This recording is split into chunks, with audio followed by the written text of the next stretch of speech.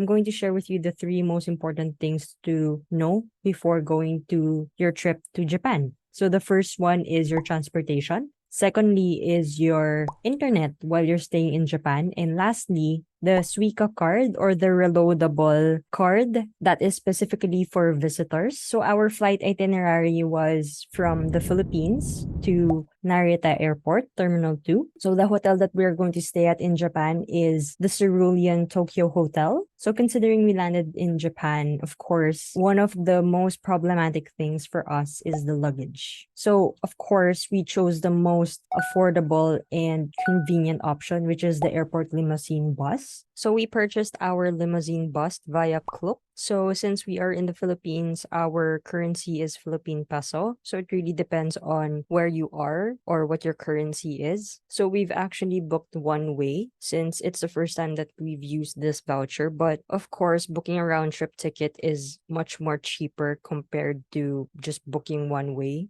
We are departing from Narita Airport and we are going to downtown Tokyo. So this is the price per person for the airport limousine bus. In total, since we were 4, it's 4,832 pesos. So after adding it to the cart or book now, you can use your credit card to pay for the voucher, and the QR code will be instantly sent to your email that you will use to redeem physical tickets via the bus counter at the Narita Airport. So these are the highlights of the voucher for the airport limousine bus. These are also the luggage information. So when you purchase the ticket, you can easily just ride the bus and give them your luggage and wait for you to get off to where you need to go. So these are the luggage information, the standard luggage and the luggage weight limit. And the bus has internet and you can charge your phone while you are in transit, which is a good thing. So this is how far Terminal 2 is from our hotel, and this differs depending on the traffic as well. So for the limousine bus, it does not only stop at the Cerulean Tokyo Hotel. So as you can see, there are several stops that the airport limousine bus takes. It really depends on where you want to go or where you're staying at. So for the next part is the internet. After arriving at the international arrival lobby, so you just walk towards the Wi-Fi rental area. You can see a vending machine that has all of the data-only SIM cards which you can purchase. So there are other options depending on your needs. So we purchased a package of 2 SIM cards worth 8,000 Japanese yen. That is valid for 8 days and the data is unlimited. Since we're only staying for 6 days, that's enough for us. I mentioned that we got 2 SIM cards. And the main reason for this is that sometimes we go in different areas or in different places when we travel together, just to make sure that we are still connected wherever we are. With the SIM card, there is a manual on how you're able to set the SIM cards. So for the SIM cards, you can insert it in your dual SIM phone, or if you have your own Wi-Fi device, you can also use that. So for my sister, she brought her own Wi-Fi device. And for me, I inserted the data-only SIM card in my dual SIM phone.